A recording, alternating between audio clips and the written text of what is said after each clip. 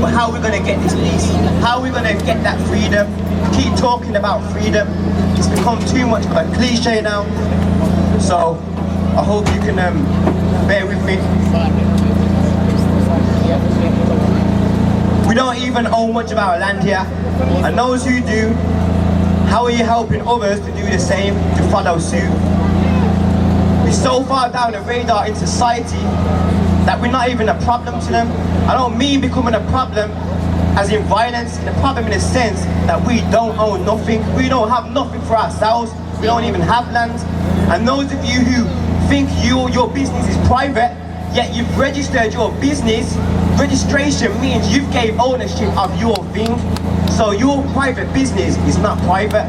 Now we really need to start privatizing our own stuff, our own businesses, so we can have something for our children, for tomorrow, for the future. And then we got our communities, our beloved communities, but we lack the ability to come together, to unite, to create those bonds. The next thing, community leaders. They come into our communities. Some of you set up projects, set up your movements, and I say your movement because it hasn't been about the people no more. And what it is, you come into our community, set up your projects, set up your movements, you forget to create bonds with us, with the people around you. I don't know, it's because society maybe has got to you that you believe us to become criminals, that you can't approach us no more. Just because we got tattoos on our face, or some of us wear bandanas and hang on the block, it don't mean we can't be approached. We still cry, we still bleed, and we still feel that same pain.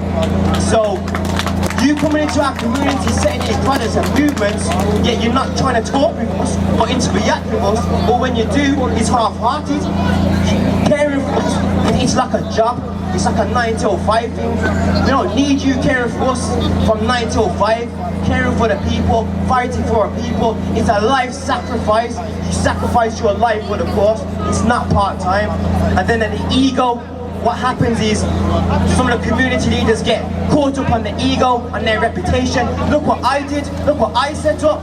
Not look what the people can benefit from. You understand? And that's the next thing as well. Community leaders, some of you have got the knowledge and like you've got the experience like you like to proclaim. You know, some of you are stubborn and say, don't tell me nothing because I've got the experience, you can't tell me nothing. Well, can you share with us your experience? Because your will will be passed down to us.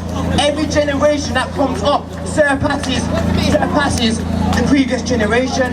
So your will, your elders, you should be passing your knowledge, your resources onto us. But you're not doing that. We've come to you with ideas, some community leaders, and that's why I say we've heard it. Don't tell me nothing, we've got the experience. But I'm sorry, your experience is getting us killed. You ain't out there on front lines like we are no more. It was on back in your days, and yes, you were doing something in your days, but at some point, you've lost the will to fight now, you've lost that fire, you've lost the passion. And we're relying too much on democracy. What is democracy? Protesting, campaigning. Democracy, all it is it makes you feel like you're a part of something. That's what it is. You know, there's no real freedom in democracy, and that's the real truth. I haven't finished.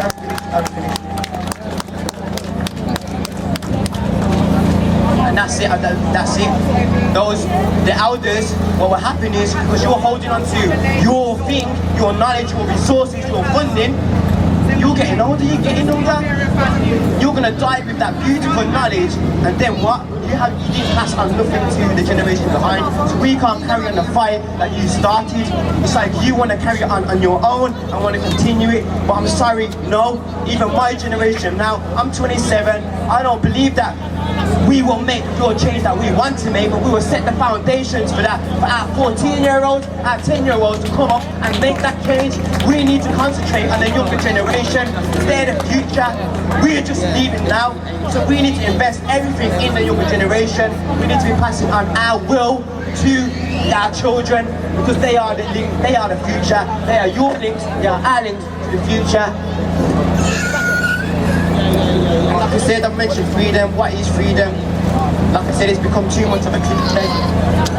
I haven't finished. This is just 2 more minutes. Living in this society, in this corporate society, how can we be free when you've got a birth certificate? Do you understand the concept of having a birth certificate? You have registered your child to a corporation, so how can you be free? How can you even claim that we can be free? You need to get rid of the birth certificate. You need to understand how to literally opt out of the system. So what you need to learn law, you need to learn the legalese. Legalese is the name of the language they speak in court. You know when you go to court, you don't know what they're talking about. Start to learn the language. You won't need to hire these solicitors, but these solicitors are for the corporations, they're not for the people. We need to set up our own establishments, we need to set up our own movements that support the people. And that's that Liberation Squad. This is what we are trying to teach. We are trying to teach education. We are trying to give back your rights, because we do have rights, and we waive it all too often because we don't know what's out there. We don't know what to claim, and the police, they use our lack of knowledge against us. One more thing.